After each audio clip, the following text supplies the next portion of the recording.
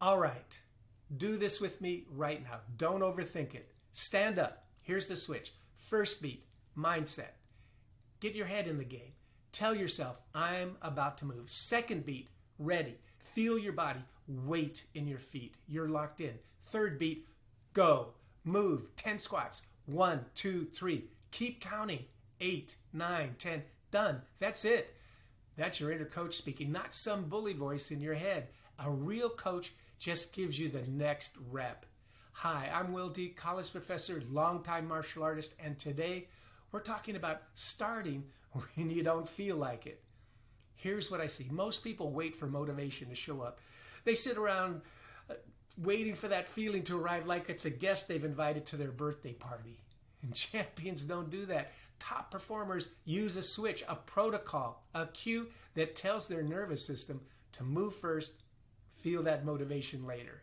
Your brain isn't broken. It's doing exactly what it's supposed to do, protecting you from discomfort.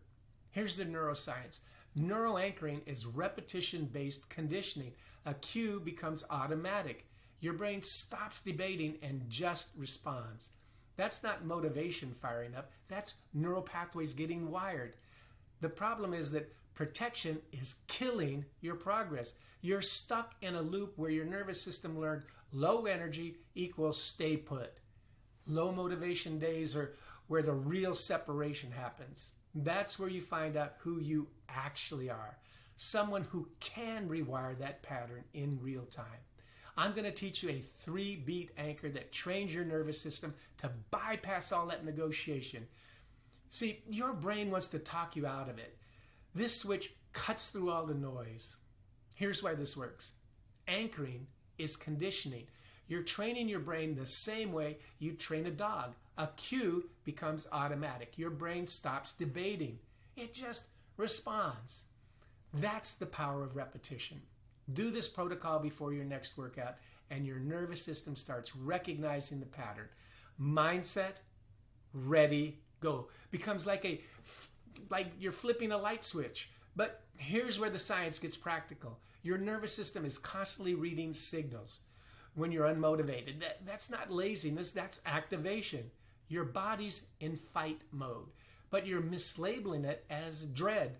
Same nervous system firing, different story you're telling yourself. I'll show you how to reframe it. Before we do, let me teach you the breath that clears the noise. You know that voice telling you to stay put? That's your zombie mind, the autopilot circuit that runs on fear and old patterns. It's loud, it's convincing, and it sounds like you. 4-4-6 breathing cuts right through it. Breathe in for 4 counts, hold for 4 counts, exhale for 6.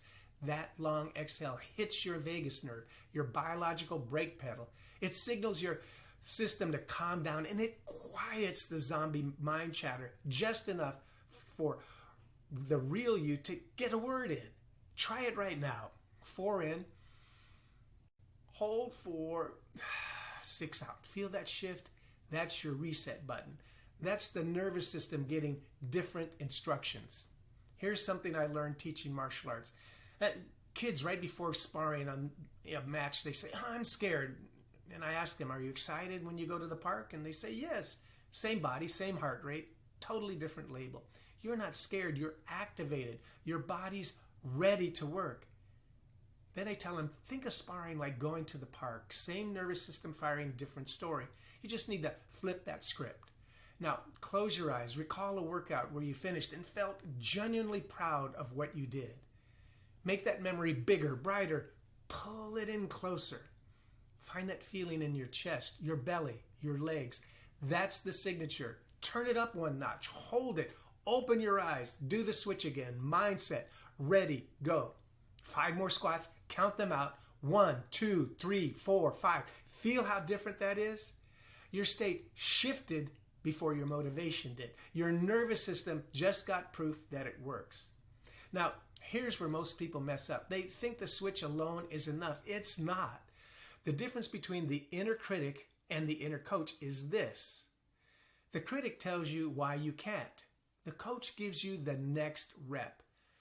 The critic says, you're lazy, you're weak, you'll probably fail anyway. The coach says, do 5 more. That's all I'm asking. There's a divide, what I heard David Goggins talk about. Who are you on those days when everything's hard? Not when the weather's perfect, not when you get sleep and you feel great and work's going smooth. Those are easy days. Who are you when your body's sore, your motivation's in the basement, and life's throwing everything at you? That's the question. That's where the separation happens. Most people try to fight the inner critic. They fake positivity. They tell themselves, I'm a champion or I'm unstoppable. And they're really unmotivated. Your brain rejects all that crap immediately. It's cognitive dissonance. You're lying to yourself and you know it.